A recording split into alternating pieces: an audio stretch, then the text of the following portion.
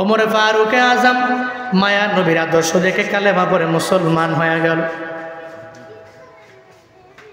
আরাফাতের ময়দানে দাঁড়াইয়া যেদিন নবী বিদায় হজের ভাষণ দিয়া দিল, ওদিন মায়ার নবীর সামনে মাত্র 1000 সাহাবায়ে কেরাম ছিল, 2000 ছিল, 3000 ছিল, এমন না।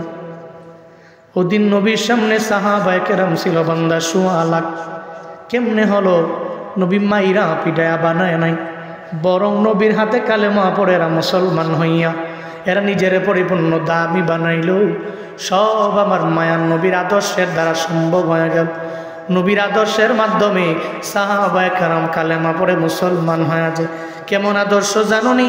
যখন ইহুদির বাড়িতে কাজের জন্য মায়ার নবী যায়, হাসান হুসাইন নাইসা যখন মায়ার নবীর দরবারে কান্না করে, ও নানা আমার পেটে খাবার নাই, ক্ষুধায় যন্ত্রণা সহ্য করতে পারি না, একটু খাবার দিয়া দাও।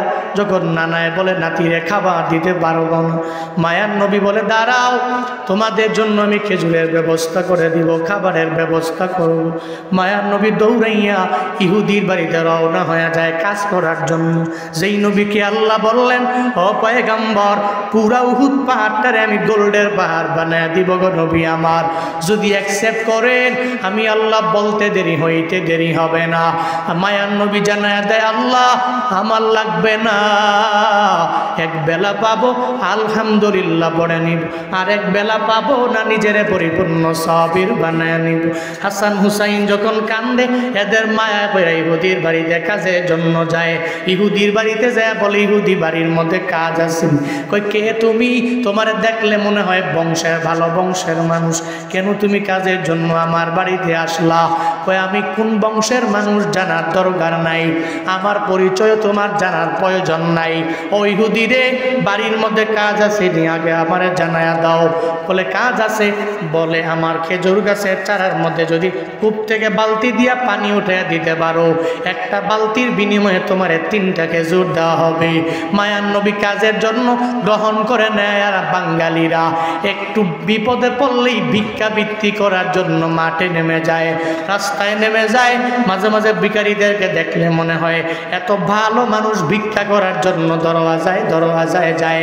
আবার এমন ভিখারি আছে যেই বাড়িতে পর্দা করে নিজেও মানে না, পর্দাও করে না, দরওয়াজাটা ধাক্কায়া ভিতরে ঢুইকা যায়, এতটুকু বুঝে না এটা এই বাড়ির লোকেরা পর্দা করে, মহিলারা পর্দার সঙ্গে আছে, এতটুকু বুঝে না। আবার কিছু কইলে কয়, হ্যাঁ এতিমের ধমক দেওয়া যাবে না। ওয়ানাশহাদু আল্লা ইলাহা ইল্লাল্লাহু ওয়াহদাহু লা শারীকা লা দিদ্দা লাহু ওয়া লা নিদ্দা লাহু ওয়া লা মিসলা লাহু।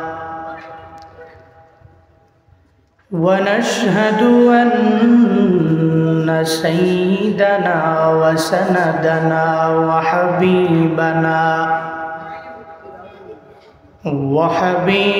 ربنا وطبيبنا وطبيب قلوبنا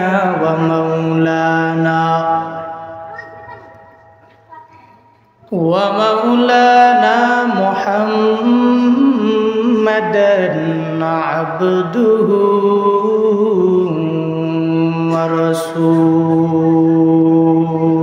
ورسوله صلى الله تعالى عليه وعلى آله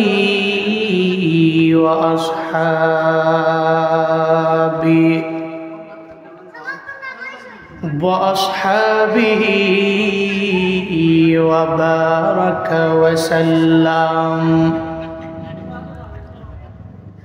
وبارك وسلم تسليما كثيرا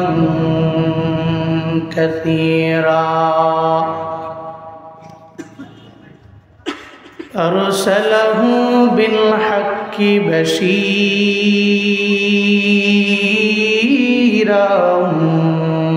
ونذيرا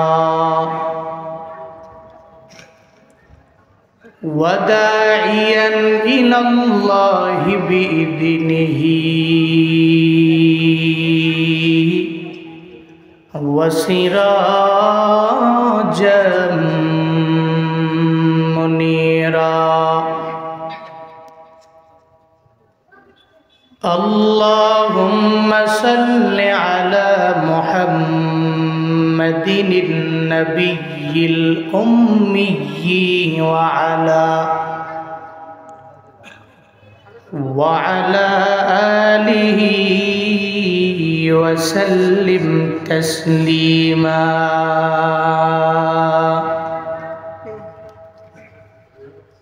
وبعد فأعوذ بالله من الشيطان الرجيم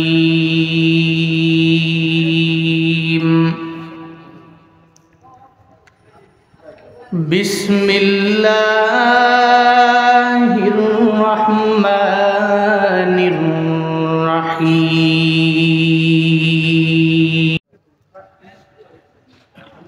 صدق الله مولانا العظيم وصدق رسوله النبي الكريم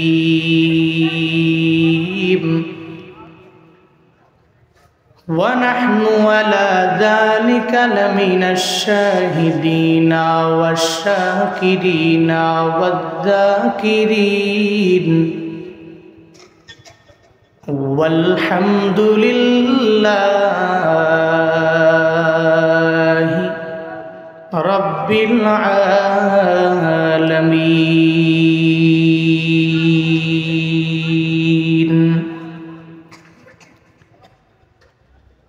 سبحانك لا علم لنا إلا ما علمتنا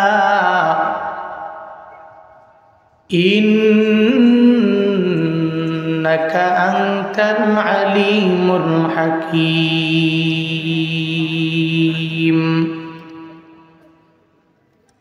رب اشرح لي صدري ويسر لي أمري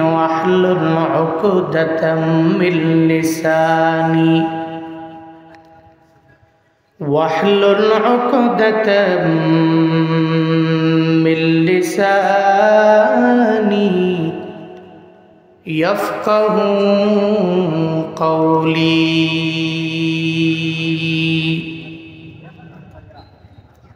ربي زدني علما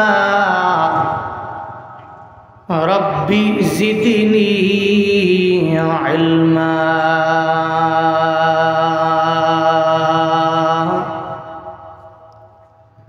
ربي زدني علما ربي يسر ولا تعسر وتمم علينا بالخير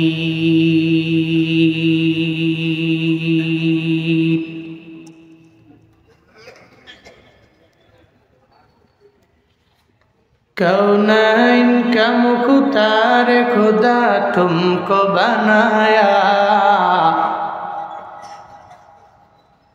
कौनैन का मुख्तार खुदा तुमको बनाया उम्मत की निगाहबान खुदा तुमको बनाया उम्मत की निगाहबान खुदा तुमको बनाया या रब मेरे आँखों में समा जाए मदीना या रब मेरे आँखों में समा जाए मदीना मुद्दत से मेरे दिल में तमन्ना है मदीना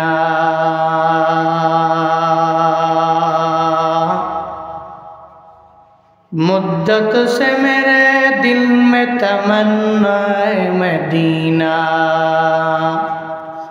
ला इलाहा इल्लल्लाह লা ইলাহা ইল্লাল্লাহ লা ইলাহা ইল্লাল্লাহ লা ইলাহা ইল্লাল্লাহ লা ইলাহা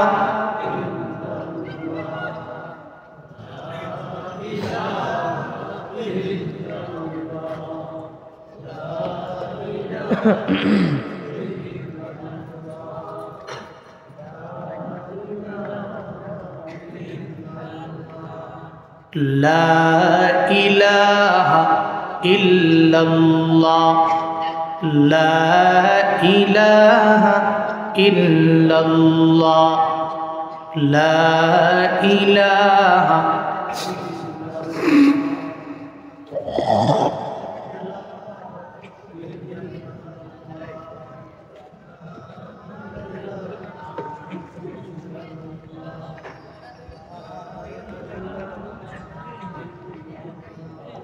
হযরত ফাতেমা রাদিয়াল্লাহু আনহা মহিলা টাইটেল মাদ্রাসা নলডরি কর্মধা কুলাউড়া মৌলভীবাজারের উদ্যোগে আয়োজিত ১৯তম বার্ষিক ইসলামী মহাসম্মেলনের আজ ২৪শে নভেম্বর ২০২৪ মুতাবাররাক এই মজলিসের সম্মানিত সভাপতি রহমতাবাদ ইসলামিয়া মাদ্রাসার সম্মানিত মুহতামিম হযরত মাওলানা আব্দুল মুক্তাদির ঢেউপাশি সাহিব দামাত বারাকাতুহুম, আজকের এই মাহফিলের আরও একজন সভাপতি অত্র মাদ্রাসার সম্মানিত মুহতামিম হযরত মাওলানা মুফতি শফিকুল ইসলাম সাহিব দামাত বারাকাতুহুম, আজকের এই মাহফিলে কোরআন এবং হাদিস থেকে দিক নির্দেশনামূলক বাণী আপনাদেরকে অনেকেই শুনিয়েছেন, সামনেও দুইজন ওয়াইজ মেবি কথা শোনাবেন ইনশাআল্লাহ। আপনারাও কিছু দিনই আলোচনা বাস্তব জীবনে আমল করার লক্ষ্যে শোনার জন্য বসে আছেন। শুরুতেই আমাকে একটু উচ্চ কণ্ঠে উচ্চ আওয়াজে জবাব দিবেন, এই সুন্দর মুজমা সুন্দর মজলিস পেয়ে আপনারা খুশি না বেজার? এতগুলা মানুষ, খুশির আওয়াজটা আর একটু জোরে হইলে ভাল লাগতো। খুশি না বেজার? একটু একটু খুশি না বেশি খুশি? আজকের এই মাহফিলের আয়োজন যারা করেছেন, ব্যাকগ্রাউন্ডে অক্লান্ত পরিশ্রম যাদের রয়েছে, আল্লাহ প্রত্যেককে দুনিয়া এবং আখেরাত উভয় জগতে কল্যাণকামীদের অন্তর্ভুক্ত বানায় দেন। সকলেই পড়ি আমিন। আর একটু আওয়াজ করে জোরে করে পড়েন আমিন। সম্মানিত হাজিরিন, আজকের এই মাহফিলে এই এলাকার সমস্ত লোকেরা আসবে বিষয়টা এমন নয়। ইচ্ছা করলে এই মাহফিলে এসে বসে কিছু আলোচনা শুনে বাড়ি যেতে পারে, কিন্তু ইচ্ছা করি আসবে না এমন কিছু লোক আমাদের সমাজে আছে না নেই?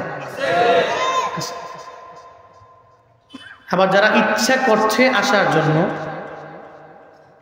যে প্রতি ১ বছর পর পরে হযরত ফাতেমা রাদিয়াল্লাহু আনহা মহিলা টাইটেল মাদ্রাসায় মাহফিল দেয়, প্রতি বছর যাই, এবছর একটা অসুস্থতার নিয়ামতে পড়ে গেলাম, ইচ্ছা করছি যাওয়ার জন্য, যাইতে পারছি না।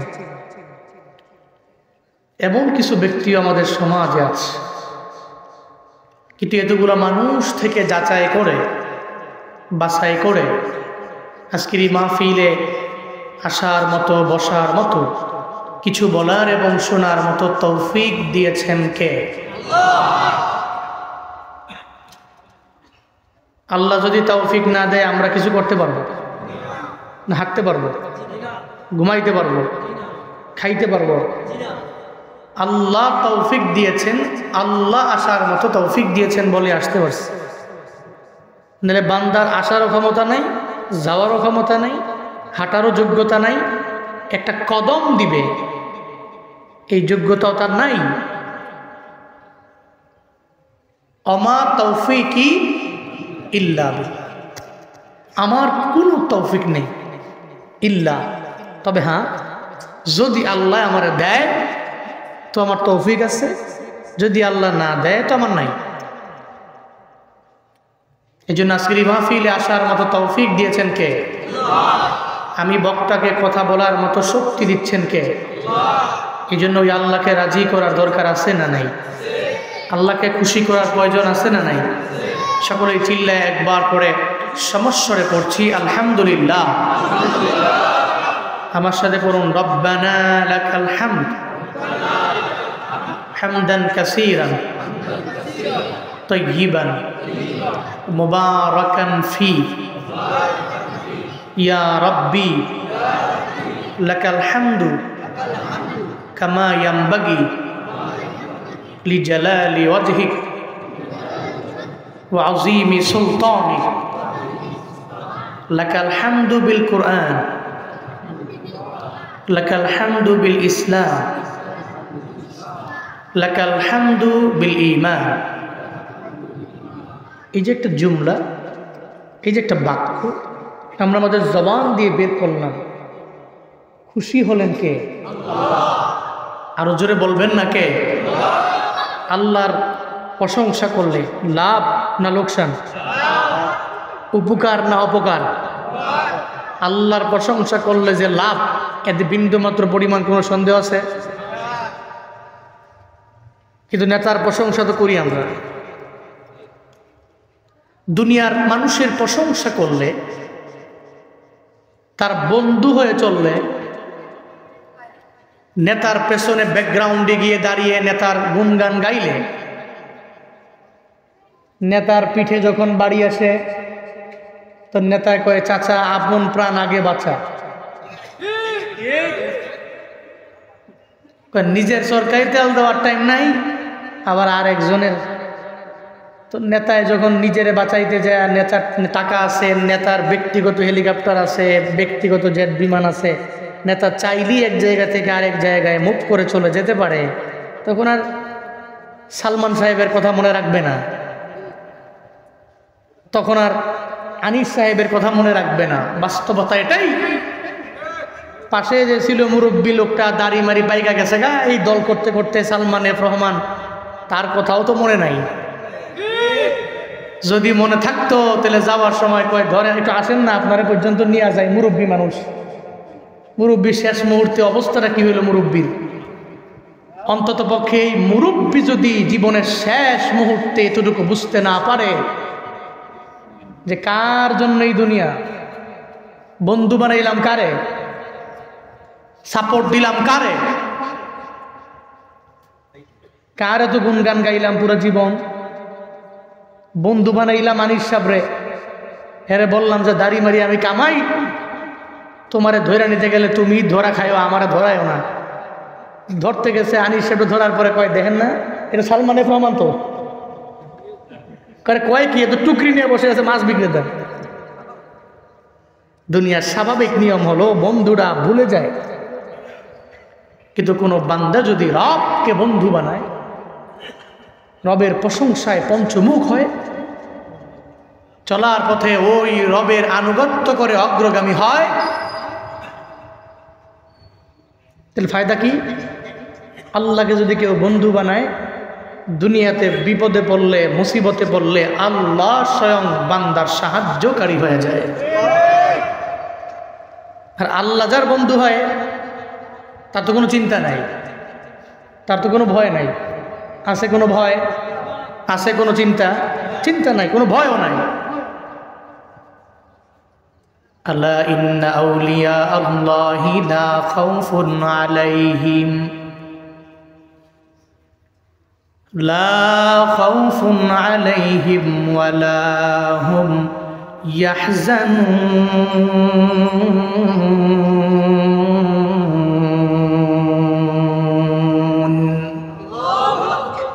আল্লাহ কয় জেনে নাও, ইন্না আউলিয়া আল্লাহ, নিশ্চয়ই রবের বন্ধু যারা, লা খাউফুন আলাইহিম, তাদের কোনো ভয় নাই, ওয়ালা হুম ইয়াহজানুন, তাদের কোনো চিন্তাও নাই। ঘোষণা কার? আরো জোরে বলেন না, ঘোষণা কার? এই জন্য বন্ধু বানাবো কারে? প্রশংসাও করবো কার? সর্বহালত। নাকি গরিব থেকে ধনীতে কনভার্ট হয়ে গেলে আল্লাহকে ভুলে যেতে হয়? কিন্তু আমরা এমন করি, আগে গরিব ছিলাম, খাইতে পারতাম না ঠিক মতো, এখন আল্লাহ পাক 2-4টা ছেলের মাধ্যমে ধনী বানাইছেন। ওসিলা ধনী হয়ে আগে যে আল্লাহরে বেশি ডাকতাম, এখন আল্লাহরে ডাকতে পারি না, সময় নাই, ব্যস্ত। আগে ডে লেবার ছিলাম, দিন মজুর ছিলাম, দিনে আনতাম, দিনে খাইতাম। সকালে খাইলে দুপুরে ব্যবস্থা করতে অনেক কষ্ট হইত।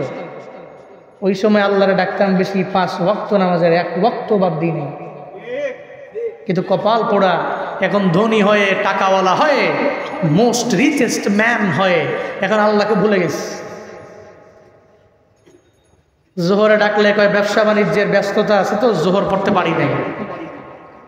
আসরে ডাকলে কয় একটু ব্যস্ততা আছে, ওদিকটা মিটিং আছে, মিটিংয়ের কারণে আসর পড়তে ভুলে গেছে। মাগরিব পড়ো নাই কেন? আরে বন্ধু বান্ধবদেরকে নিয়ে আড্ডা দিতে গেছিলাম, একটু চা খাইতে খাইতে সময় গেছে, মাগরিবের কথা মনে নাই। হ্যাঁ, দুনিয়ার মানুষের সময়ের পরিবর্তন হলে সে আল্লাহকে ভুলে যায়। কিন্তু একটা খাঁটি মুমিন যে ও গরিব অবস্থায় যেই রবকে স্মরণ করে, মধ্যবিত্ত অবস্থায় ওই রবকে স্মরণ করে, একেবারে ধনী হয়ে গেল সে ওই রবকে স্মরণ করে। কারণ সে জানে গরিব যে আল্লাহ বানায় রাখছে, উনি চাইলে গরিব থেকে একটু উচ্চমানের মধ্যবিত্ত লেভেলে আমাকে পৌঁছাতে পারে। সে তো জানে মধ্যবিত্ত থেকে মোস্ট রিচেস্ট ম্যান, সমাজের সবচেয়ে বড় ধনী আল্লাহই তো আমারে বানাইতে পারে। বেশি বাড়াবাড়ি করলে আবার ওই ধনী থেকে আমার মাওলা কনভার্ট করে আবার ওই গরিবী হালাতে আমারে পৌঁছায় দিতে পারে। এই ক্ষমতার আল্লাহর আছে না নাই? এই ক্ষমতা আছে না নাই? এই জন্য নিয়ত করেন আজকে থেকে, আল্লাহ যেই হালাতে রাখেন, যে অবস্থায় রাখেন, আমরা সর্বহালাতে রবের প্রশংসা করব। রাজি আছি তো ইনশাআল্লাহ? আল্লাহ সবাইকে সে তৌফিক দান করেন। সকলেই পড়ি আমিন। আর একটু আওয়াজ করে জোরে করে পড়েন আমিন। ভাই সব, আপনারা আমাদের চাইতে বেশি সবল, আমরা দুর্বল। কেন? আমরা প্রতিদিন কথা বলি, 2-3 জায়গায় কথা বলি, এই জায়গা থেকে ওই জায়গায় যাই। এই জন্য স্বাভাবিক দৃষ্টিকোণ থেকে আমাদের চাইতে আপনারা সবল। আওয়াজটা একটু আপনারা জোরেই দিয়েন, নাকি রাগ করবেন? পড়েন সুবহানাল্লাহ। আরো জোরে চিল্লায়া পড়েন আলহামদুলিল্লাহ। আরো জোরে একবার করে চিল্লায়া পড়েন আল্লাহু আকবার। গুনাহ হইল নেই? কষ্ট পাইছেন? সওয়াব না গুনাহ? আল্লাহ আমাদের প্রত্যেকের আমল নামা নেক দিয়া ভরপুর বানায় দেন।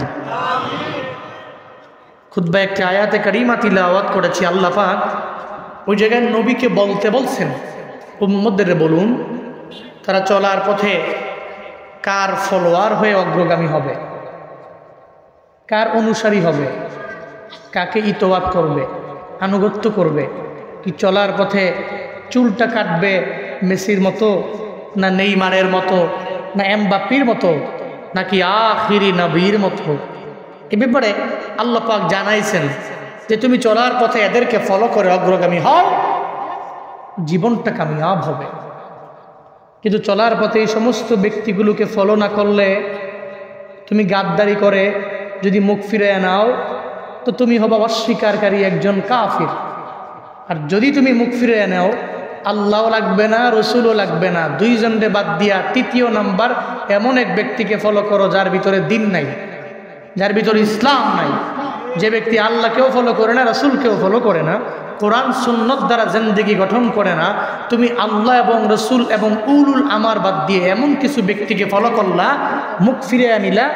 আল্লাহ পাক বলছেন মুখ ফিরে আনিলে তো তুমি অস্বীকারী একজন কাফের। তার আল্লাহ তো জীবনেও কোনোদিন কোনো কাফেরকে ভালোবাসে। কুল আতিউল্লাহ ওয়ার রাসূল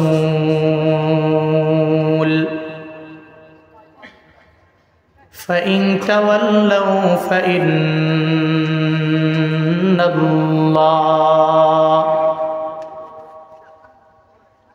ফাইন্নাল্লাহা লা ইউহিব্বুল কাফিরিন।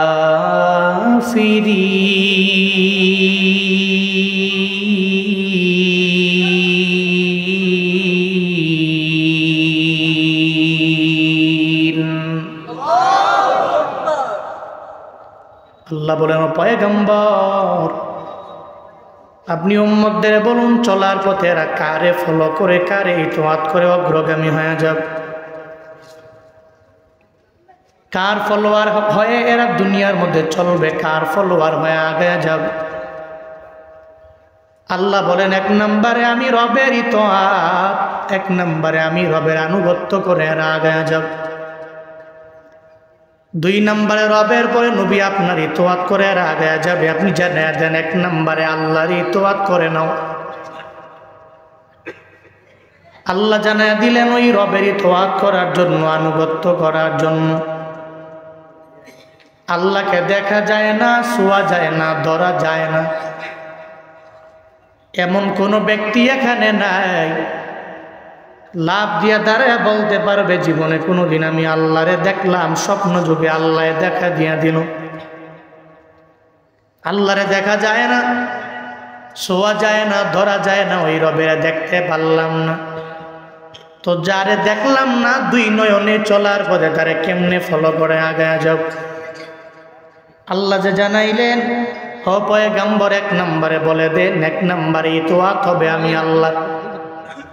তো আল্লাহরে দেখা যায় না, কেমনে না দেখা রবের ইতোয়াত হবে, আনুগত্য হয়ে যাবে। ও কুলাউড়ার মুসলমান, কোন পীরের মুরিদ যদি কোনো বান্দা হয়ে যায়, তখন পীর জানায় দেয় চলার পথে আমারে ফলো করে আগাবা। কেমনে ফলো করবা? আমি সকালবেলার কোনো আমল দিয়া দিলে মাগরিব সকালবেলা ফজরের নামাজের পরে আমলগুলো করবা। মাগরিবের পরে যদি আমল দিয়া দেয়, মাগরিবের পরে কিছু আমল করার জন্য পীর মুরিদের জানায় দেয় মাগরিবের পরে আমলগুলো করবা। এমনকি পীরের মুরিদ হইয়া দেখবেন পীর যেই জুব্বা লাগায় ওই জুব্বা লাগায়, পীর যে টুপি পরে ওই টুপি পরে, পীর যদি লুঙ্গি লাগায় বান্দা লুঙ্গি লাগায়, পীর যদি পায়জামা পরে আর পরে উনিও পায়জামা পরে। একজনের ইতোয়াত করতে গেলে তারে দেখা লাগে, ছোঁয়াও লাগে, ধরাও লাগে, দেখা দেখা এর পরে ইতোয়াত করা যায়। বলে আল্লাহরে তো দেখাও যায় না, কেমনে করবো ইতোয়াত? আল্লাহরে ইতোয়াত যদি করবার চাও, ওই রবের কালাম কোরআনটা আমার মাওলা দুনিয়াতে আমার মায়ার নবীর মাধ্যমে দীর্ঘ 23 বছর লাগায় নাজিল করে। আল্লাহ পাক নবীর মাধ্যমে দুনিয়ার সব বান্দাদের দিয়া দিলেন।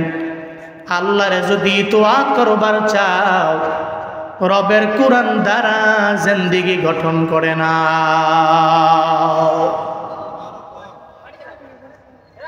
রবের কোরআন দ্বারা জিন্দেগিটাকে গঠন করে নাও। কোরআন দ্বারা কেমনে গঠন করব?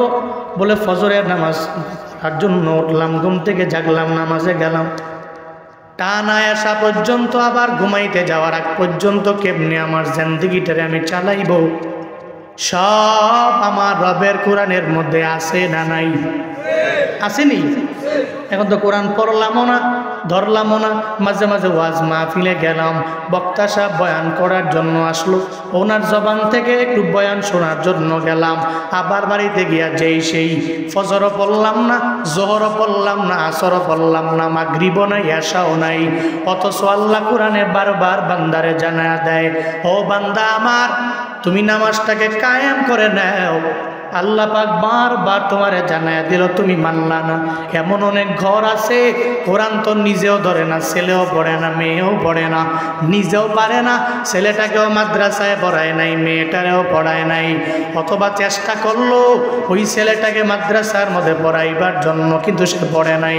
মেয়েটারেও চেষ্টা করলো, কিন্তু মেয়েটাও মাদ্রাসায় পড়িয়া কোরআন তিলাওয়াত করতে জানে না।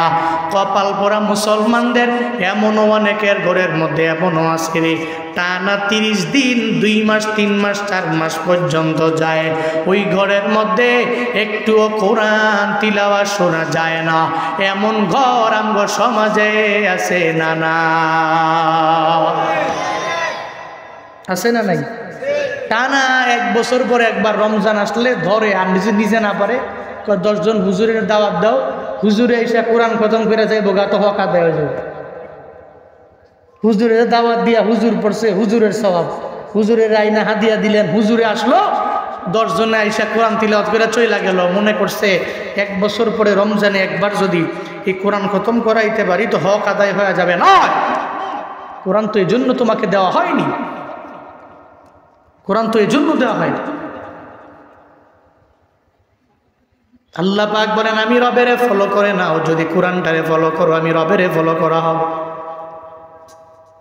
কারণ এটা দুনিয়ার কোনো মনীষীর কালাম না, কোনো নবীর বক্তব্য না, কোনো ব্যক্তির বক্তব্য না। এই কোরআন একজনের কালাম, চিল্লায়া বলো তার নাম। কোরআন দ্বারা পরিপূর্ণ নিজের জিন্দেগিটা গঠন করে নাও রে বাবা। নিজে পারো না, ছেলেটার একটা মাদ্রাসার মধ্যে দাও, এর হাফেজ বানায়া দাও, কামিয়াব হয়ে যেতে পারো না। যদিও হাফেজ আলেম হলে দুনিয়ার মধ্যে অনেক টাকাওয়ালা হবে, অনেক দামি বাড়ি গাড়ির মালিক হবে, যদিও এমন হবে না। একদিন পাবেন কবরে যাওয়ার পরে অটোমেটিক পেয়ে যাবেন রে বাবা। যেদিন আপনি কবরে গেলেন, ওই কবরের মধ্যে ঢুকার পর ওই জায়গায় আপনার মাও যায় নাই, বাবাও যায় নাই, ছেলেও যায় নাই, মেয়েও যায় নাই। ওই কবরে আপনি একা। কবরের মধ্যে ঢুকার পরে এরপরে আপনার আমলের দরওয়াজাও বন্ধ হয়ে গেল। কিন্তু এমন কিছু ছেলে মেয়ে দুনিয়ার মধ্যে রাইখা গেলেন, এরা জবান বন্ধ রাখে নাই। আপনার জন্য কোরআন তিলাওয়াত কইরা কইরা বাবার জন্য চোখের পানি ফেলায় কান্না কর। কোনো ওয়াজ মাহফিলে কোনো ব্যক্তি আসলে ওই ব্যক্তিরে দইরা নিয়ে যায়, আমার বাবার খবর একটু জিয়ারত করা লাগবে। ও হুজুর আসেন, আমার মায়ের খবর একটু জিয়ারত করা লাগবে। আমি প্রায় জায়গায় গেলে বলি, গত 2 বছর আগে আমার প্রোগ্রাম ছিল কুড়িগ্রাম জেলার নাগেশ্বরী উপজেলায় মাহফিল। ওখানে আমি গেলাম, প্রথম বক্তা আমি, আগে সব বক্তারা বয়ান শেষ করে আমি যখন বয়ানের মধ্যে বসলাম, 5 জন ছেলের মাথার মধ্যে আমি পাগড়ি সুন্দর করে পেঁচাইয়া দিব, এরপরে আমি বসব। হঠাৎ করে সভাপতি বলে, আমি একটু বক্তব্য দিবার চাই। আমি বললাম, দেন, কোনো অসুবিধা নাই। সভাপতি মাইকটা নিয়ে এক এক করে জানাইয়া দিল, হুজুর এই মাদ্রাসার জন্য এত পরিমাণে মেহনত আমার, এই মাদ্রাসায় একটু পরে 5 জনের মাথার মধ্যে আপনি পাগড়ি দিয়ে দিবেন হুজুর। এদের মধ্যে একজন আমার ছেলে আছে, ওই ছেলের মাথার মধ্যে হাত বুলায় একটু দোয়া কইরা দিবেন। ওই লোকটা আবদার জানায়া এটা বলার পরে অটোমেটিক চোখ দিয়া যখন পানি পড়ে গেল, আমি বুঝতেও পারলাম না কেন ওই লোকটা চোখের পানি ফেলায় কেন কান্না করলো, নিজেও বলল না। এতটুকু বলল, 5 নম্বরে যেই ছেলেটার নাম ঘোষণা করা হবে তার মাথার মধ্যে পাগড়ি পেঁচানোর সময় মাথায় একটু হাত বলে একটু দোয়া কইরা দিবেন। ও আল্লাহর বান্দা, একটু মনোযোগের কান লাগায় শুইন রে বাবা। 5 জনের মাথার মধ্যে আমি পাগড়ি লাগাইয়া দিব। একজনের মাথায় পেঁচাইলাম, দেখলাম ওর মুখের মধ্যে হাসি, আমারে সালাম দেয়, বলে হুজুর দোয়া কইরেন। এরপরে 2 নম্বরে যার মাথার মধ্যে আমি পাগড়ি দিয়া দিলাম, সেও আমারে সালাম দিয়া বলে হুজুর দোয়া করবেন। 3 নম্বর যে ছেলেটা, এরপরেও তার নাম ঘোষণা করার পরে হাসি দিয়া বল হুজুর দোয়া করবেন। 4 নম্বর ছেলেটাও বলে হুজুর আমার জন্য দোয়া করবেন। 5 নম্বর ছেলের বেলায় যখন তার নামটা ঘোষণা কইরা দেওয়া হল, আমি তার মাথার মধ্যে যখন পাগড়ি ঘোরানোর জন্য পাগড়ি পেঁচাইলাম, এরপরে আমি তাকায়া দেখি ও আমারে সালামও দেয় না, আমার দরবার থেকে দোয়াও নেয় না, আমারে বলেও না হুজুর আমার জন্য একটু রবের দরবারে দোয়া কইরা দিবেন। আমি তাকায়া দেখি রে, তার চোখের এক কোণার মধ্যে একটু পানি পানি ভাব। আমি তারে জিজ্ঞাসা করলাম, এই ছেলে আজকে এমন একটা খুশির দিন তোমার, কেন তুমি চোখের মধ্যে পানি পানি দেখা যায়, কেন জানায়া দাও। তখন ওই ছোট্ট বালকটা সঙ্গে সঙ্গে আমারে জানায়া দিল, হুজুর আমার 4 4জন বন্ধু আমার সঙ্গে হাফেজে কোরআন হয়ে গেল। এরা বাড়িতে যাবে, এদের মায়ের দরবারে যাইয়া যখন মায়ের দিকে এরা তাকাবে, এরা 30 পারা কোরআন সিনার মধ্যে নিয়ে ঢুকে যাওয়ার পরে তখন মায়ে বলবে আয় আয়, বুকের মধ্যে নিয়ে সুন্দর করে কপালের মধ্যে একটা চুমু দিয়ে দিবি। এরপরে এরা যখন যাবে, এদের বাবারা কি পরিমাণে এদের আদর করে নিবে, যত্ন করে নিবে, এদের কপালের মধ্যে সুন্দর করে এদের চুমু দিয়ে দিবে। আমি আজকে আপনার দরবারে আসলাম, এতগুলা মানুষের ভিড়ে আমি 30 পারা কোরআনের হাফেজ হইয়া আমার মাথার মধ্যে আপনি পাগড়ি দিচ্ছেন, এরপরেও মুখে হাসি আনতে পারি না। সারাটা দিন লাগায়া আমি চোখের পানি ফেলে কান্না করেছি, কারণ আমার মনের মধ্যে একটাই চিন্তা, হুজুর আজকে পাগড়ি দিবে, এই পাগড়ি নিয়ে আমি বাড়ির মধ্যে যাওয়ার পর আমার মায়ের আদর আমি পাবো না, আমার মা আমার বুকের মধ্যে নিবে না, আমার কপালের মধ্যে সুন্দর করে চুমু দিয়ে আমার মায়া আমারে বলবে না, সন্তান রে তোর জন্য রবের দরবারে দোয়া কইরা দিলাম। ওই ছোট্ট বালক আমারে জানায়া দেয়, হুজুর আমি বাড়ি যাওয়ার পরে আমার মারে পাবো না, এই জন্য আমি চোখের পানি ফালায়া ফালায়া কান্না করি। কেন কানবে না? একটা 70 বছরের মুরব্বীও যদি তার মায়ের হারায়, এত বুড়া হয়ে যাওয়ার পরে জনম দুঃখিনী মা যখন দুনিয়ায় বিদায় নিয়ে চলে যায়, এরপরেও দেখবেন ওই মুরব্বী মায়ের যখন বয়ান শুনে চোখের পানি ফালায়া মায়ের জন্য কান্না করে। ওই মুরব্বীটাও দেখবেন বাবার জন্য চোখের পানি ফালায়া কান্না করে। মুরব্বীরে জিজ্ঞাসা করা হলো, দোকানের মধ্যে গেলে চায়ে টান দেন কিন্তু চোখে হাসি নাই, মুখেও হাসি নাই। কই আমি আমার মারে হারাইয়া এত পরিমাণে পেরেশানিতে বললাম, এখন আমি বাড়ি গেলে আমার মায়েরে পাই না, আমি বাড়ির মধ্যে গেলে আমার বাবারে পাই না। একটা মুরব্বীও যদি মা বাবারে হারাইয়া চোখের পানি ফালায়া কান্না করতে পারে, এই ছোট্ট বালকটা কেন তার মায়ের জন্য কান্না করবে না? আমার জানা দে হুজুর আমার মা নাই। বয়ান শেষ করার পরে একটু আমার মায়ের মাকবারায় যাবেন, ওই মায়ের মাকবারার সামনে দাঁড়াইয়া আমার মায়ের জন্য একটু দোয়া কইরা দিবেন। আমি আমার মায়ের জন্য একটু চোখের পানি ফালায়া রবের দরবারে আবদার জানায়া দিব। আল্লাহর কাছে বলবো, আল্লাহ আমার মায়ের কবর তুমি জান্নাতে বাগান বানায়া দিও। ও আল্লাহর বান্দারা, এরপরে বয়ান যখন শেষ আমার হয়ে গেল, ও আমার পিছারে নাই, আমাকে সঙ্গে করে লয়া বলে হুজুর আমার মায়ের কবরের সামনে যাব। ওই মায়ের কবরের সামনে গিয়া দাঁড়ায়া আমি সূরা ফাতিহা ইখলাস বললাম, তাকাসসুরও পড়ে নিলাম। এরপরে সে আমারে বলে হুজুর আপনি মুনাজাত ধরেন, আমি ধরব না। আমি বললাম আজকে দোয়া আমি দিব না, আজকে ওই মায়ের মাকবারার সামনে তুমি দাঁড়াইয়া তুমি রবের দরবারে তোমার মায়ের জন্য একটু দোয়া করে দাও।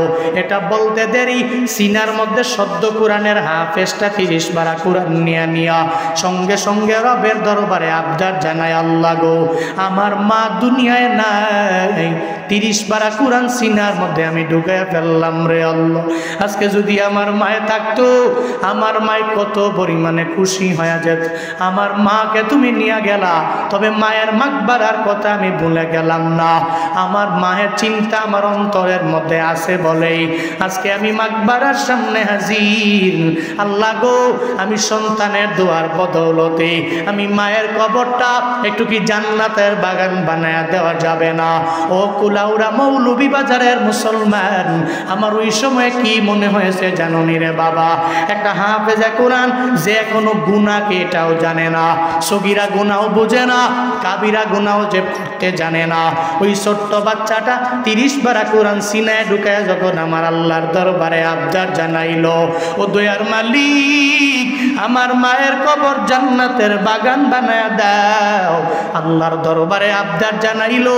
আমার মনে হয়েছে মায়ের কবর যদি জাহান্নামের গর্ত হয়, এরপর ওই ছোট্ট বাচ্চার কান্না আমার মাওলা ফিরাইয়া দিবে না, ওর মায়ের কবর জান্নাতের বাগান আমার মাওলা বানায়া দিবে, আল্লাহ বানায়া দিবে। আমার কাছে মনে হয়েছে এই সময় একটা হাফেজে কোরআন যার সিনায় 30 পারা কোরআন, মায়ের কথা ভুলে নাই, গেল মায়ের মাকবারার সামনে গিয়ে দাঁড়ায়া রবের দরবারে আবদার জানায়, আল্লাহ 30 পারা কোরআন মুখস্থ কইরা আজকে আমি হাফেজ হইলাম।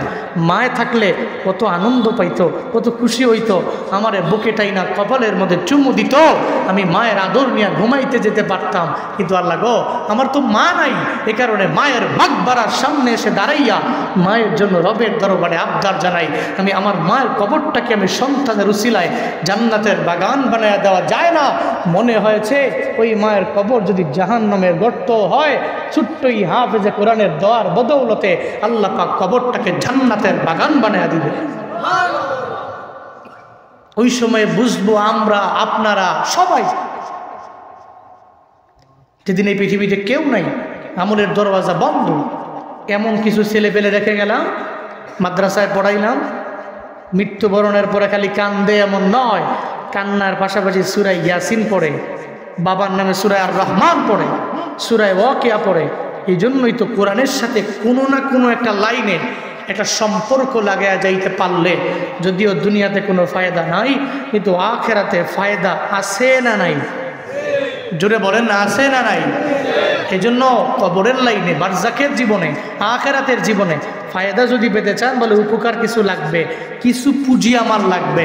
তো যেমনে না যেমনি হোক, এমনে সেমনে যেমনি কোরআনের সাথে একটু সম্পর্ক লাগান, ডানে হইলে ডানে, বামে সামনে, যেমনি হয়তো নিজে পড়েন নাই, ছেলেটারে পড়ান, না পারেন নাই, মেয়েটারে পড়ান, নাও পারেন নাই, নাতিরে পড়ান, তাও পারেন নাই।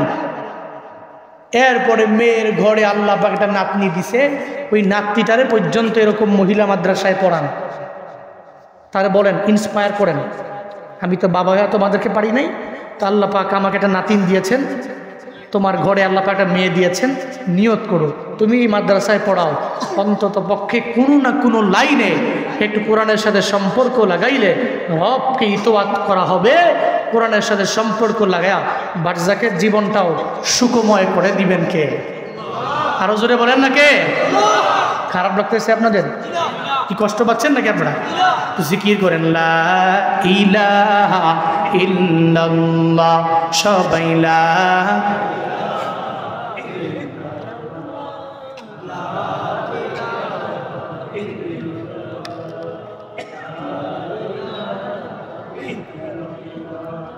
লা ইলাহা ইল্লাল্লাহ, লা ইলাহা ইল্লাল্লাহ, লা ইলাহা ইল্লাল্লাহ, লা ইলাহা ইল্লাল্লাহ, লা ইলাহা ইল্লাল্লাহ, লা ইলাহা। তাহলে 1 নম্বরে ইতোয়াত কার? জোরে বলেন না কার? 2 নম্বরে আল্লাহর পরে কার? রাসূলের। রাসূলের। এই 2টা জিনিস খালি আঁকড়ে ধরেন, কোরআন সুন্নাত। যদি ধরতে পারেন, জীবনে কোনো দিন পথভ্রষ্ট হয়ে, লাইনচ্যুত হয়ে, লাইন ছাড়া হয়ে যাবেন না। ঘোষণা নবী, নবী বলছেন, আরাফাতের ময়দানে দাঁড়ায়া বিদায় হজের ভাষণে নবী বলছিলেন, তারাকতু ফীকুম আমরাইন লান তাদিল্লু মা তামাসসাকতুম বিহিমা কিতাবাল্লাহ ওয়া সুন্নাতা রাসূলি। নবীজি বলছেন, আমি তোমাদের মাঝে রেখে গেলাম 2টা বিষয়, লান তাদিল্লু মা তামাসসাকতুম বিহিমা, ততক্ষণ পর্যন্ত পথভ্রষ্ট হবা না যতক্ষণ পর্যন্ত এই 2টা জিনিস আঁকড়ে ধরতে পারবা। সুবহানাল্লাহ পড়বেন না? কয়টা জিনিস? কয়টা? 1 নম্বরে কিতাবুল্লাহ, আল্লাহর কিতাব কোরআন। 2 নম্বরে সুন্নাতু রাসূলি, রাসূলের সুন্নাত। তাহলে 1 নম্বরে কিতাব কোরআন, 2 নম্বর নবীর সুন্নত। এখন আসেন, কিতাবটা ফলো কইরা নবীর সুন্নতের আমলগুলো কেমনে? কোনো ব্যক্তি যদি নবীরে ফলো করে আগায়, সে তো ওই পৃথিবীর সবচেয়ে আদর্শবান মানুষ হতে পারবে। কারণ এই পৃথিবীতে অনেকগুলো আদর্শ আছে, কত মানুষের আদর্শ, কিন্তু নবীর আদর্শের চাইতে ভালো মানের আদর্শ এই পৃথিবীর কার আছে? আছে নাকি বলেন, আছে নাকি? পৃথিবীর কারও নাই। এই জন্য আল্লাহ জানায় দিলেন, 1 নম্বরে আমি রবের ফলো করে নাও, 2 নম্বরে আমার মায়া নবীর চলার পথে বান্দা তুমি ফলো করে নাও। আল্লাহ পাক জানায় দিলেন, লাকাদ কানা লাকুম ফি রাসূলিল্লাহি উসওয়াতুন হাসানাহ। এই মানুষ, আমার মদিনাওয়ালা নবীর ভিতরে তোমাদের জন্য রয়েছে উত্তম আদর্শ। এই আদর্শ যদি গ্রহণ করে নাও, আসমানের নিচে জমিনের উপরে তোমার চাইতে সম্মানী আর দামি কেউ হবে না। নবীর আদর্শের মালা গলায় লাগাও। আল্লাহ পাক জানায় দিলেন, 1 নম্বরে আমি রব, 2 নম্বরে হলো আমার নবী। নবীর আদর্শের মালা গলার মধ্যে কেমনে লাগাবো? রাস্তা দিয়ে নবী হাঁটে, ডানে হাঁটে, জিকিরে ফিকিরে হাঁটে, কাউরে গালিও দেয় না, মন্দ কথাও বলে না। আমরাও চলার পথে নবীরে যদি কেউ ফলো করে আগায় যায়, ডানে হাঁটবে, মন্দ বলবে না, গালিও দিবে না। এমন কোন সেকুলার দুনিয়াতে জন্ম নেয় নাই যে বলতে পারবে মায়ার নবী জীবনে কোনো দিন কাউরে জোরে গালি দিয়ে দিল, কেউ বলতে পারবে না। আবু জাহালের নবী গালি দিল, উতবারে নবী গালি দিল, সাহেবারে গালি দিল, ওয়ালিদ ইবনে মুগিরারে নবী গালি দিয়ে দিল, কেউ বলতে পারবে না রে বাপ। কারণ নবীর জিন্দেগিতে গালি নাই। যেই কারণে আদর্শ দিয়া মানুষগুলারে এত পরিমাণে ইসলামের মধ্যে আনলেন। আবু বকরের দরবারে গেলেন, হ্যাঁ আবু বকর একটু কালেমা পড়ে মুসলমান হয়ে গেলে দামি হয়ে যাব। একবারও জিজ্ঞেস করে নাই কেন আমি কালেমা পড়ব। আবু বকর নবীর সামনে আইসা সঙ্গে সঙ্গে কালেমা পড়ে মুসলমান হয়ে যায়। হযরতে ওমরে ফারুকে আজম 2 নাম্বার খলিফা, দুনিয়াতে যে জান্নাতের সার্টিফিকেট পাওয়া গেলেন, ওই ওমর রাদিয়াল্লাহু আনহুর দিকে দেখেন না। আবু জাহাল বলল, হ্যাঁ কে আসো? ওই মুহাম্মদের গর্দানটাকে আলাদা করে আমার দরবারে নিয়ে আসবা। যদি নিয়ে আসতে পারো তাহলে তোমাদেরকে 100 উটনি দেওয়া হোক। ওমর দরবারে নিয়ে দাঁড়ায় যায়, ওই মুহাম্মদের গর্দানটা আমি তোমার দরবারে আইনা দিতে পারবো। হযরতে ওমরে ফারুক, তখন তো ফারুক হয় নাই, আজম হয় নাই, দৌড়ে তরবারি নিয়ে মোহাম্মদ নবীর গর্দান আনার জন্য রওয়ানা। পথিমধ্যে যাওয়ার পর ফাতেমার কোরআন তিলাওয়াত শুই না নিজের মনটা জুড়ে গেল। কো ফাতেমা, যেই কোরআন তিলাওয়াত করলা, কোরআন তিলাওয়াতের মায়ায় পড়ে গেল। কোথায় গেলে পরিপূর্ণ শোনা যাবে? কয় আমার দরবারে পরিপূর্ণ শুনতে পারবা না, নবীর দরবারে যাও। নবীর দরবারে গেলে কোরআন তিলাওয়াত শুই না নিজের মনটারে জুড়ে ফেলতে পারবা। ওমর নবীর গর্দান আনার জন্য যখন তরবারি নিয়ে রওনা হয়ে যায়, গর্দান আনবে, নবীর তিলাওয়াত শুনবে, মাঝখানে এসে কেমন জানি হয়ে গেল। বন্দারে ওমর যখন দৌড়া যায় তরবারি নিয়া, কয়ে মোহাম্মদের গর্দানটা আনবো, আবু জাহাল আমারে 100 উটনি উপহার দিয়া দিবে। যখন যায় শোনে ওই ঘরের মধ্যে নবী আছে, নবীর সামনে মাত্র 11 জন সাহাবা বসা। নবী গোপনে গোপনে দাওয়াত দেয়, প্রকাশ্যে মায়া নবীর দাওয়াত দেয় না, গোপনে দাওয়াত দেয়। মাত্র 11 জন সাহাবা নবীর সামনে বসা। যখন শুনতে পারলো ওমর তরবারি নিয়ে দৌড়ে আসে নবীর গর্দান নেওয়ার জন্য, 11 জন সাহাবা আমার নবীরে জানায়া দেয়, ও পয়গম্বর, ওমর দৌড়ে আসতেছে তরবারি নিয়ে আপনার গর্দানটাকে আলাদা করে দেওয়ার জন্য। মায়ার নবী জানায়া দেয়, সাহাবারা না না, গত রাতের বেলা তাহাজ্জুদের দোয়া আমার মাওলা ফিরাইয়া দিবে না। আমি আল্লাহর কাছে দোয়া করেছি, আল্লাহ যাতে করে এই মক্কার ভিতরে 2 জনের একজনের কালেমার জন্য, ইসলামের জন্য কবুল করে নেয়। 1 নম্বরে ওমর, 2 নম্বরে হলো আবু জাহাল। ওই 2 জনের একজনকে যাতে আল্লাহ পাক দিনের জন্য কবুল করে নেয়। আমি রবের দরবারে আবদার জানাইলাম, আমার মাওলা জীবনেও কোনো দিন আমার দোয়া ফিরিয়ে দিবে না। ও সাহাবায়ে কেরামেরা, দরওয়াজা ওপেন করে দাও, ওমরের আমার দরবারে আসতে দাও। যখন দরওয়াজা ওপেন করে দেওয়া হলো, ওমর দূরে যায়, আমার নবীর সামনে গেল। যেই ওমর নবী গর্দানার জন্য রওনা হয়ে আসছিল, ওই ওমর নবীর সামনে গিয়া হাঁটু গেড়ে বসে যায়, তরবারি নিচে দিয়া কয়, পয়গম্বর আপনার তিলাওয়াত এত পরিমাণে সুন্দর, আপনাকে মারার জন্য আমি যখন তরবারি নিয়ে আসলাম, আমার বোন ফাতেমার কণ্ঠে তিলাওয়াত শুই না মায়ায় পড়ে গেলাম। ও নবী, দেরি করা যাবে না, আমারে পড়ায়া দেন লা ইলাহা ইল্লাল্লাহ মুহাম্মাদুর রাসূলুল্লাহ। হযরত ওমর কালেমা পড়ে মুসলমান হয়ে গেল। কেমনে? নবীর আখলাক, নবীর আচরণ, নবীর মায়া, নবীর আদর্শ। ওমর ফারুক আজম মায়া নবীর আদর্শ দেখে কালেমা পড়ে মুসলমান হয়ে গেল। আরাফাতের ময়দানে দাঁড়াইয়া যেদিন নবী বিদায় হজের ভাষণ দিয়া দিল, ওদিন মায়ার নবীর সামনে মাত্র 1000 সাহাবায়ে কেরাম ছিল, 2000 ছিল, 3000 ছিল, এমন না। ওদিন নবীর সামনে সাহাবায়ে কেরাম ছিল বান্দা 1.25 লাখ। কেমনে হলো? নবী মাইরা পিটায়া বানায় নাই, বরং নবীর হাতে কালেমা পড়ে এরা মুসলমান হইয়া এরা নিজের পরিপূর্ণ দামি বানাইল। সব আমার মায়ার নবীর আদর্শের দ্বারা সম্ভব হয়ে গেল। নবীর আদর্শের মাধ্যমে সাহাবায়ে কেরাম কালেমা পড়ে মুসলমান হয়ে যায়। কেমন আদর্শ জানোনি? যখন ইহুদির বাড়িতে কাজের জন্য মায়ার নবী যায়, হাসান হুসাইন নাইসা যখন মায়ার নবীর দরবারে কান্না করে, ও নানা আমার পেটে খাবার নাই, ক্ষুধায় যন্ত্রণা সহ্য করতে পারি না, একটু খাবার দিয়া দাও।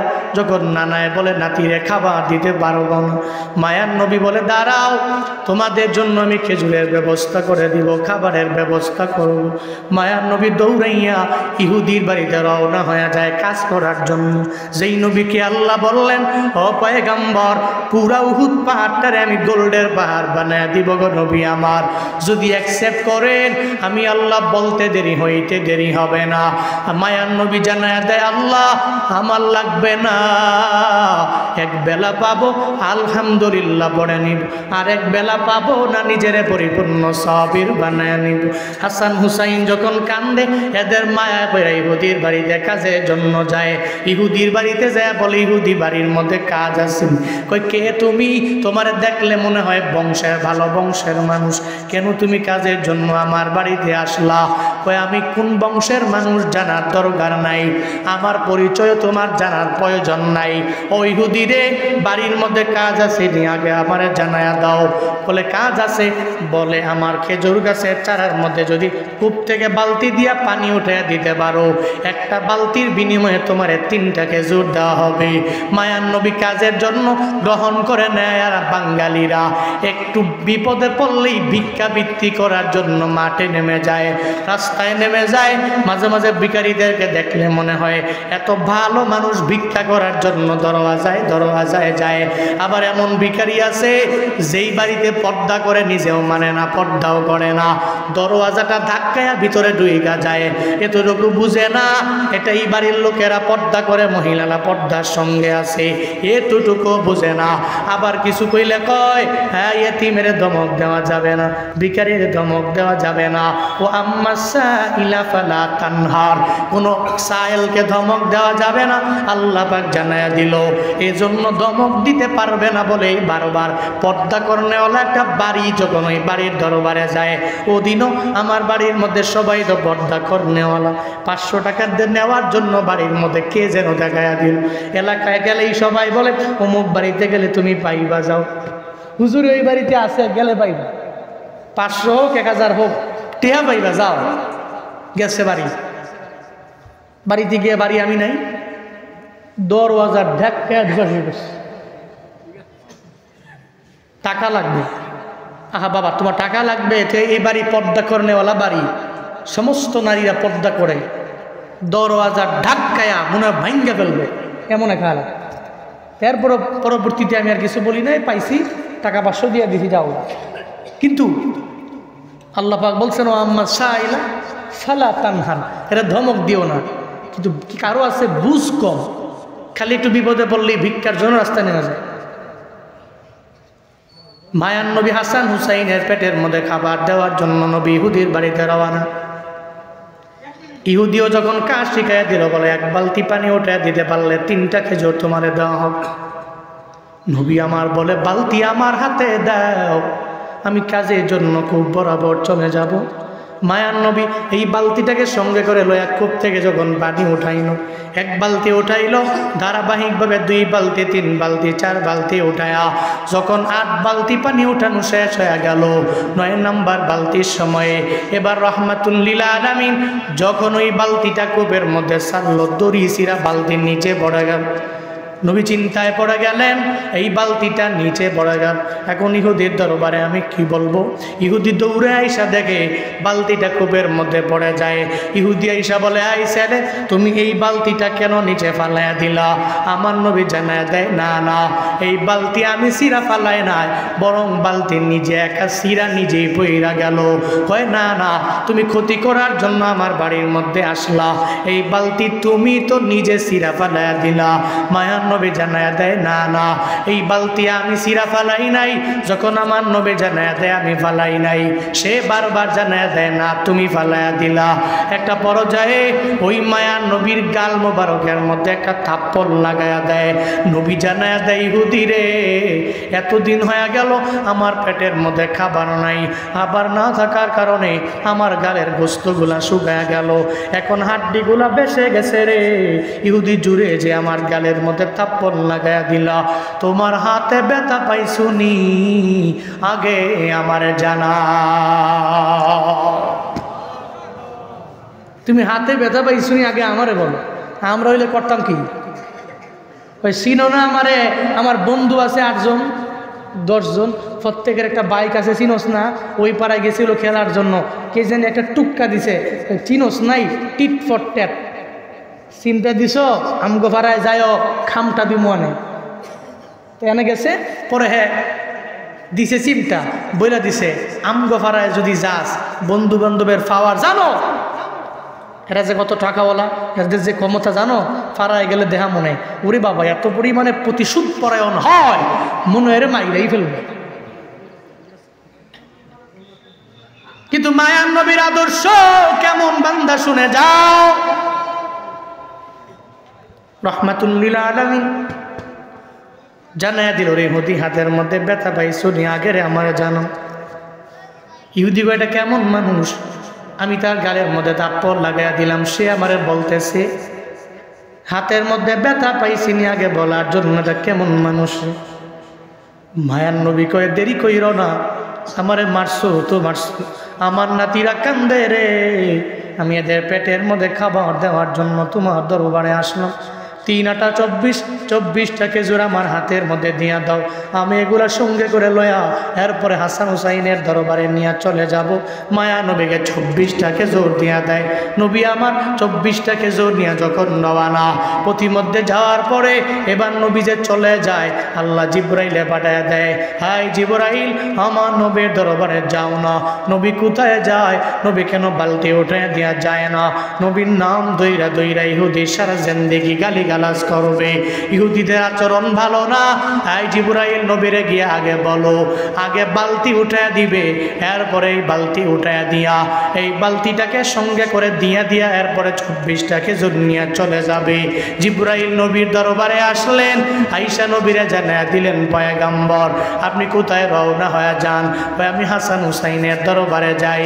কয় নবী গো, যেই বালতির জন্য ইহুদি আপনার গালের মধ্যে থাপ্পড় পর্যন্ত লাগাইয়া দিল, ওই বালতি না উঠে দিয়া এরপরে আপনি যেতে পারবেন না। আমার মায়ার নবী কয়, ও জিবরাইল, বালতি উঠানোর জন্য যন্ত্র লাগবে, কোন যন্ত্র আমি নবীর হাতের মধ্যে নাই। জিবরাইল জানিয়ে দেয়, পয়গম্বর আপনি বালতি উঠানোর জন্য কোনো যন্ত্রের প্রয়োজন হবে না, বালতি উঠানোর জন্য দুনিয়ার কোনো সাপোর্টের প্রয়োজন হবে না। ও নবী আমার, একটু আমার সাথে চলেন, এরপরে বালতি কেমনে উঠানো লাগবে আমি জিবরাইল জানায়া দিব। মায়ার নবীকে সঙ্গে করে লইয়া যখন জিবরাইল নবীকে সঙ্গে করে লইয়া রওনা হয়ে যায়, যাওয়ার পরে ওই জায়গায় রহমাতুল লিল আলামিন জিবরাইল জানায়া দেয়, ও নবী আমার, আপনি ইশারা করে বলেন, ও বালতি আমার হাতের মধ্যে আয়। আমার মাওলার ইশারায় তুই আমার হাতের মধ্যে আসবা। নবী গো, এটা বলতে দেরি হবে, আসতে দেরি হবে না। আমার মায়া নবী কূপের বরাবর যায় বলে, ও বালতি আয় আয়, আমার মাওলার হুকুমে আমার হাতের মধ্যে আয়। বলতে দেরি, সঙ্গে সঙ্গে বালতি আমার নবী হাতের মধ্যে আসতে দেরি নাই। বন্দারে, এখন মনের মধ্যে যদি প্রশ্ন জেগে যায়, বালতি নবীর কথা কেমনে শুনলো? বালতির তো কানও নাই, বালতি তো কথাও বলতে পারে না। মনের মধ্যে যদি প্রশ্ন জাগে, বালতি যদি নবীর কথা বুঝতে না পারে, শুনতে না পারে, তাহলে ও বান্দারা, একটা উস্তুনে হান্নানা মৃত খেজুর গাছ আমার নবীর জন্য কেন কান্দে রে? নবীর বিরহের বেদনায় চোখের পানি ফালায়া একটা উস্তুনে হান্নানা কেন কেন কান্না করে? যে উস্তুনে হান্নানার পুরা দেহের মধ্যে মদিনাওয়ালা নবী ঢেলান দিয়া ওই জায়গায় দাঁড়ায় আমার মায়ার নবী বয়ান করে। হঠাৎ করে মসজিদে নববীর মিম্বার যখন হয়ে যায়, মিম্বারের মধ্যে দাঁড়াইয়া আমার মায়ার নবী যখন খুতবা দিবে, এমন একটা হালাতে কে যেন চোখের পানি ফালায়া ফালায়া কান্না কর। মায়ার নবী জানায় দেয়, সাহাবায়ে কেরাম, কে চোখের পানি ফালায় আমার সামনে কান্না করো? সাহাবায়ে কেরাম বলে, নবী না, আমরা কেউ আপনারা দেখা চোখের পানি ফেলায়া কান্দি না। আমাদের যত মনের বেদনা আপনারে দেখলে অটোমেটিক সব দূর হয়ে যায়। নবী গো, আপনারে দেখলে আমরা চোখের পানি ফেলায়া কান্না করতে পারি না। এরপরে মায়ার নবী জানায়া দেয়, এই সাহাবায়ে কেরাম, তাইলে কেউ যেহেতু চোখের পানি ফেলায়া কান্না করুন, আমার বুঝতে বাকি নাই কে চোখের পানি ফেলায়া কান্না করুন। নবী মিম্বার থেকে নেমে উস্তুনে হান্নানা দরবারে যায়, দেখে একটা মৃত খেজুর গাছ আমার নবীর বিরহের বেদনায় চোখের পানি ফালাইয়া ফালাইয়া কান্না করি।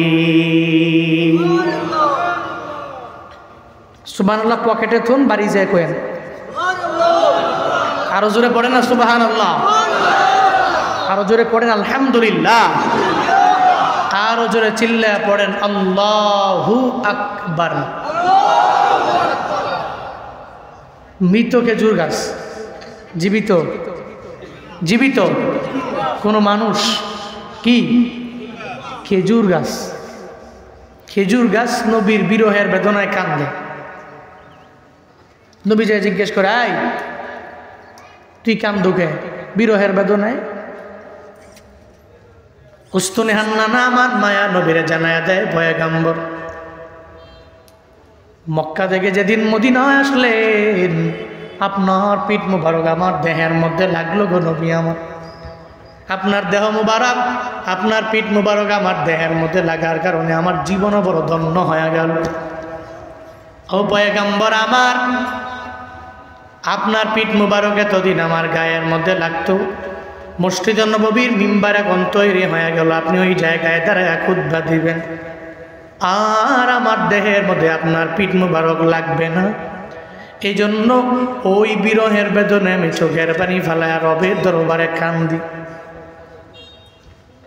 নবী জানায়া দেয়, তাহলে কান্দতেছো যেহেতু, আমি তোমার জন্য রবের দরবারে আবদার জানাই। এক নম্বরে আবদার, আই উস্তুনে হান্নানা, আমি তোমার জন্য রবের দরবারে আবদার জানায়া দোয়া করে দেই, আল্লাহ পাক যাতে করে তুমি এখন মৃত আছো, যাতে করে আমার মাওলা তোমারে জীবিত বানায়া দেয়। কি বানায়া দেয়? তুমি আসো মৃত, আল্লাহ পাক যাতে করে তোমার জীবিত বানায়া দেয়।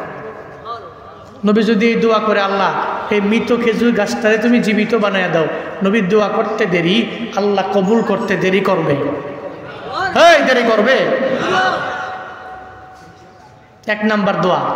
উস্তুনে হান্নানা কয়, নবী এই দোয়া লাগবে না আমার, কি দোয়া লাগবে? নবী নিজেই দোয়া করতেছেন। 2 নাম্বার, তোমার জন্য দোয়া করব তোমার হায়াত আল্লাহ পাক কিয়ামত পর্যন্ত বাড়ায় দিবে। পৃথিবীর সমস্ত খেজুর গাছ যদি মারা যায়, তুমি মরবা না, তোমার হায়াত কিয়ামত পর্যন্ত আল্লাহ বাড়ায় দিবে। উস্তনে হান্নানা এরপরে কয়, নবী আমার এই দোয়াও লাগবে না। কি দোয়া লাগবে? নবী 3 নম্বরে দোয়া করলেন, আমি আল্লাহর কাছে তোমার বরকতের জন্য এত পরিমাণে দোয়া করি, আল্লাহ পাক যাতে করে তোমার পুরো দেহতে 12 মাস এক টানা খেজুর দেয়। পৃথিবীর কোনো খেজুর গাছে যখন খেজুর থাকবে না, তোমার দেহের মধ্যে আল্লাহ খেজুর দিয়া ভরপুর করে দিবে। এর উপরে উস্তনে হান্নানা জানায়া দেয়, নবী আমার এই দোয়াও লাগবে না। 4 নম্বরে নবী দোয়া করে দেয়, হ্যাঁ উস্তনে হান্নানা 4 নম্বরে আমি রবের দরবারে দোয়া করে দিলাম, আল্লাহ পাক যাতে করে তোমার দেহের মধ্যে এত পরিমাণে বরকত বাড়ায়া দেয়। আমি রবের দরবারে আবদার জানাই, আল্লাহ গো এই উস্তনে হান্নানার পুরা দেহের মধ্যে এত পরিমাণে তুমি খেজুর দিয়া দিবা, পুরা দুনিয়ার মানুষের আইসা যদি তার থেকে খেজুর নেয়, এরপরেও যাতে করে কোনো কমতি না হয়, নিয়ে যাবে, এরপরে আবার বাড়বে, আবার নিয়ে যাবে, আবার বাড়বে, আবার নিয়ে যাবে, আবার গ্যাপ পূরণ হয়ে যাবে, আবার নিয়ে যাবে, আবার গ্যাপ পূরণ হয়ে যাবে। আল্লাহ গো যাতে করে তার খেজুরের মধ্যে এত পরিমাণে বরকত হয়ে যায়।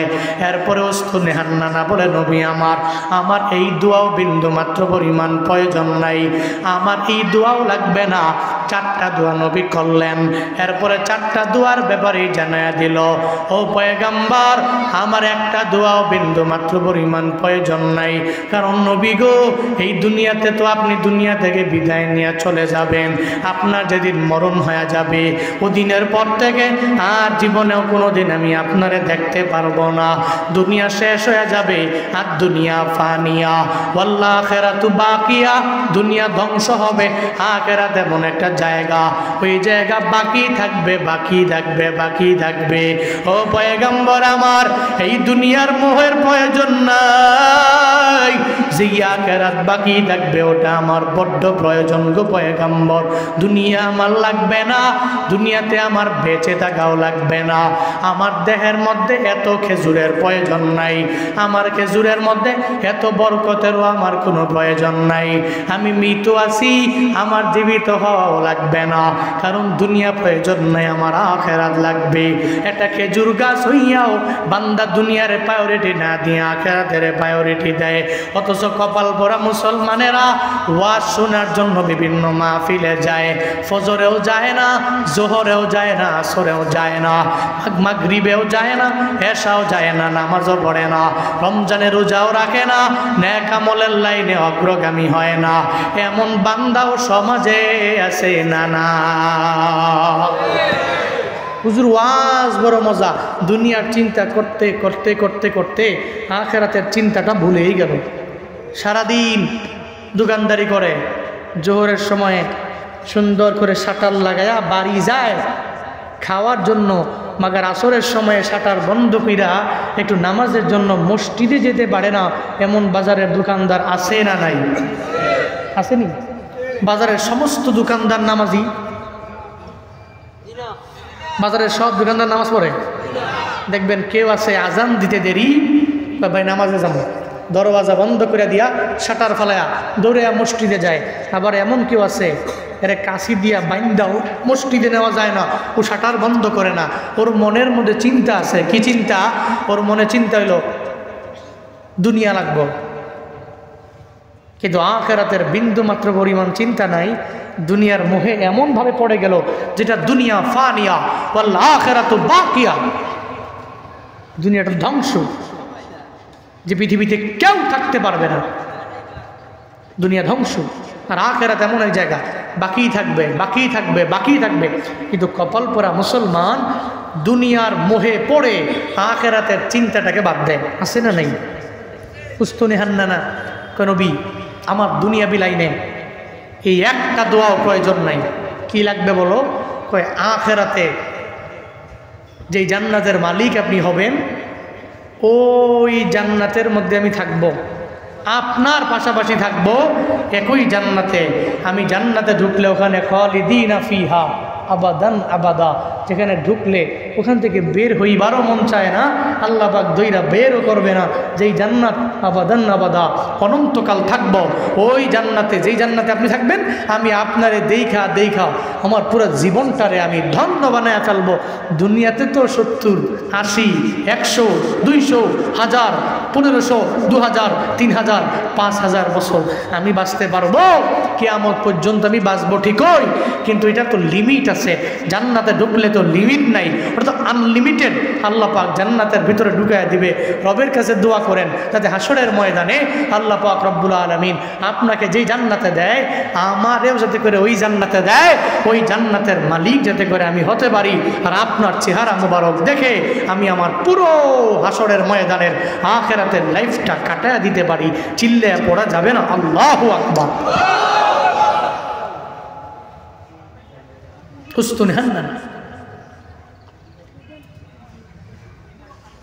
চোখের পানি ফেলে বিরহের বেদনায় কাঁদতে পারলে একটা বালতিকে নবী ডাকলেন, আয় বালতি আয়, আমার হাতে আয়। আসতে পারে না। ইহুদি অবাক হয়ে গেল, কিরে বালতি দি ওনার হাতে চলে আসলো উইদাউট এনি সাপোর্ট, কেমনে? নবী আমার ডেকে বলে, ইহুদিরা তোমার বাড়ির মধ্যে থাকবো না, আমারে বিদায় দাও। আমার হাসান হুসাইনের দরবারে আমি চলে যাব। 24টা খেজুর লইয়া রহমাতুল্লিল আলামিন যখন বিদায় নিয়ে চলে যায়, ইহুদি মনে মনে কয়, এমন একটা লোকের গায়ের মধ্যে আমি হাত দিয়া দিলাম যে লোকের মতো ভালো কেউ নাই। সুবহানাল্লাহ পড়বেন না? যেই লোকের মতো আদর্শবান মানুষ এই এলাকার মধ্যে আর কেউ হতে পারে না। কাউরে থাপ্পড় দিলে সে আমারে থাপ্পড় মারার জন্য ব্যাকুল হয়ে যাইত। ওনারে থাপ্পড় লাগাইয়া দিলাম, কিন্তু থাপ্পড় লাগানোর পরে উনি উল্টা আমারে জানাইয়া দেয়, এই তুমি হাতের মধ্যে ব্যথা পাইছো নি, আমারে জানাও। আরে মানুষটা কেমন রে, আবার আমার বালতি ফালাইয়া ওই বালতিটা আবার কোনো সাপোর্ট ছাড়া আমার হাতের মধ্যে উঠে আইনা দিয়া গেল। আমি তার গালের মধ্যে থাপ্পড় লাগাইয়া আমি এত পরিমাণে ভুল করে ফেললাম। আমার তো অন্যায় হয়েছে, আমার তো বড় অপরাধ হয়ে গেল। এবার উস্তুনে হান্নানা সঙ্গে ওই ইহুদি সঙ্গে সঙ্গে কবজি থেকে যখন হাতটা আলাদা করে দেয়, তরবারি দিয়ে আঘাত করে, হাতটা জমিনের মধ্যে বইরা লাফালাফি করে। ওই পর্যায়ে বণিকেরা যখন তার বাস দিয়া গমন কইরা যায়, জানায়া দেয়, রে ইহুদি কেন এই হাতটা তোমার লাফালাফি করে, কে ফালাইলো? কয়ে কেউ ফালায় নাই, আমি নিজের অপরাধ মনে করে নিজের অপরাধী হওয়ার কারণে আমি শাস্তি দিয়া দিলাম, কবজি থেকে আমার হাতটাকে আমি আলাদা করলাম। কি এমন করলা? কয় আখিরি জামানার পয়গাম্বরের গালের মধ্যে থাপ্পড় লাগাইয়া দিলাম, যার কারণে মনে করলাম এই হাতটা আর আমার কবজির মধ্যে থাকতে পারে না। আমি হাতটা আমার কবজি থেকে আলাদা করে দেওয়ার জন্য ব্যাকুল হয়ে গেলাম। এই হাতটাও আমি কবজি থেকে আলাদা করে ফালাইয়া দিলাম, জমিনে পড়ে আছে। কয় এখন কি জন্য এখানে দাঁড়ায় রইলা? কয় ওই নবীর সন্ধান আমায় দাও, আমি ওই নবীর দরবারে যাব। ওই নবীর দরবারে যায় আমি কালেমা পড়ে মুসলমান হইয়া এরপরে ওনার কাছ থেকে আমি যে ওনার গালের মধ্যে থাপ্পড় লাগাইয়া দিলাম, এই ব্যাপারে আমি মাফ চেয়ে নিব। এবার ইহুদিরে যখন বলা হয়, ইহুদি ওই জায়গায় গেলে আমার নবীরে পেয়ে যাবা, ইহুদি দৌড়াইয়া হাতটাকে সঙ্গে করে লয়া যখন নবীর দরবারে যায়, আমার নবীরে ডাক দেয়, নবী গো আমি ইহুদি, আপনার দরবারে চলে আসলাম। আমার মায়া নবী কয়, কে রে তুই? ইহুদি। নবী পেছনে ফিরে দেখে যে ইহুদি নবীর গাল মুবারকের মধ্যে থাপ্পড় লাগাইয়া দিল। ওই ইহুদি আমার নবীর পেছনে আইসা দাঁড়ায়া গেল। ওই পর্যায়ে আমার মদিনাওয়ালা নবী জানায়া দেয়, ইহুদি রে কেন তুমি আমার দরবারে আসলা, আবার হাতটা কাটা কেন? ইহুদি ডেকে বলে, ও পয়গম্বর আমার, আপনার গালের মধ্যে আমি থাপ্পড় লাগাইয়া দিলাম, আমার তো অনেক পরিমাণে ভুল হয়ে গেল, আমি ভুল করলাম, এই ভুল থেকে নিজেরে মাফ করার জন্য আবার আপনার দরবার থেকে ক্ষমা নেওয়ার জন্য আপনার দরবারে হাজির হয়ে গেলাম। নবী কয়, তাহলে কি জন্য আসলা? দুইটা কাজ করবো। কি দুইটা কাজ? কয় মাফ চাইয়া নিব। আর একটা কি? একটা কমু না। তো নবী কয়, তুমি মাফ চাইবার আইছ, মাফ করুম এক শর্তে, যদি তুমি। সুবহানাল্লাহ জোরে পড়বেন না? মাপ নিবার আইছ, মাপ করুম এক শর্তে, যদি কালেমা পড়তে পারো। ইহুদি মনে মনে কয় আমি তো আসলেই কালেমা পড়বারই আইছি, আমি তো কালেমা পড়বারই আইছি, নবী যেহেতু শর্ত লাগাইয়া দিছে কালেমা পড়তে হবে, তাহলে আমিও আর একটা শর্ত লাগাইয়া দিই। নবীরে কয় আয় পয়গাম্বর, আপনার হাতে কালেমা পড়বো এক শর্তে, কবজি থেকে হাতটা আলাদা করলাম, এই হাত যদি আবার আগের মতো জোড়া লাগাইয়া দিতে পারে। আমার মায়ার নবীর লালা মুবারকের এত পরিমাণে পাওয়ার,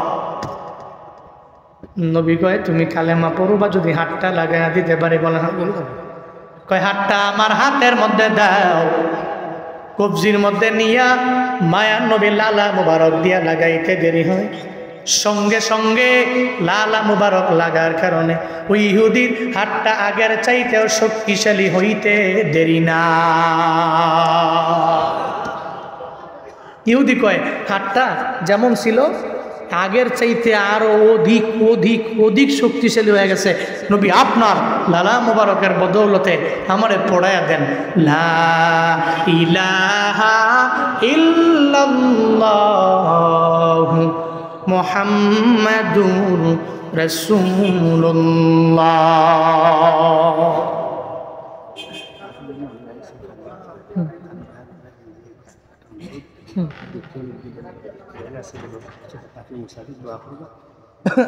পাঠাই দিবেন।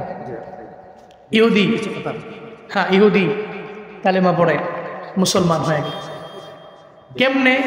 নবী যদি ওই দিন নবীর যে আদর্শ, এই আদর্শের মালা গলায় লাগায়া এই আদর্শ দিয়ে যদি ওরে না ডাকতেন, যদি থাপ্পড় দিছে, যদি কইতো যে আমার আবু বকর আছে, ওমর আছে, আমি এদের সঙ্গে করে নিয়ে আসবো, নিয়ে আইসা তোমার প্রতিশোধ আমি নিয়েই ছাড়বো, যদি বলতেন, তাহলে কশ্চিনকাল ইহুদি নবীর ধর্মে আসতেন না, নবীর কাছেও আসতেন না, নবীর কাছেও ভিড়তেন না।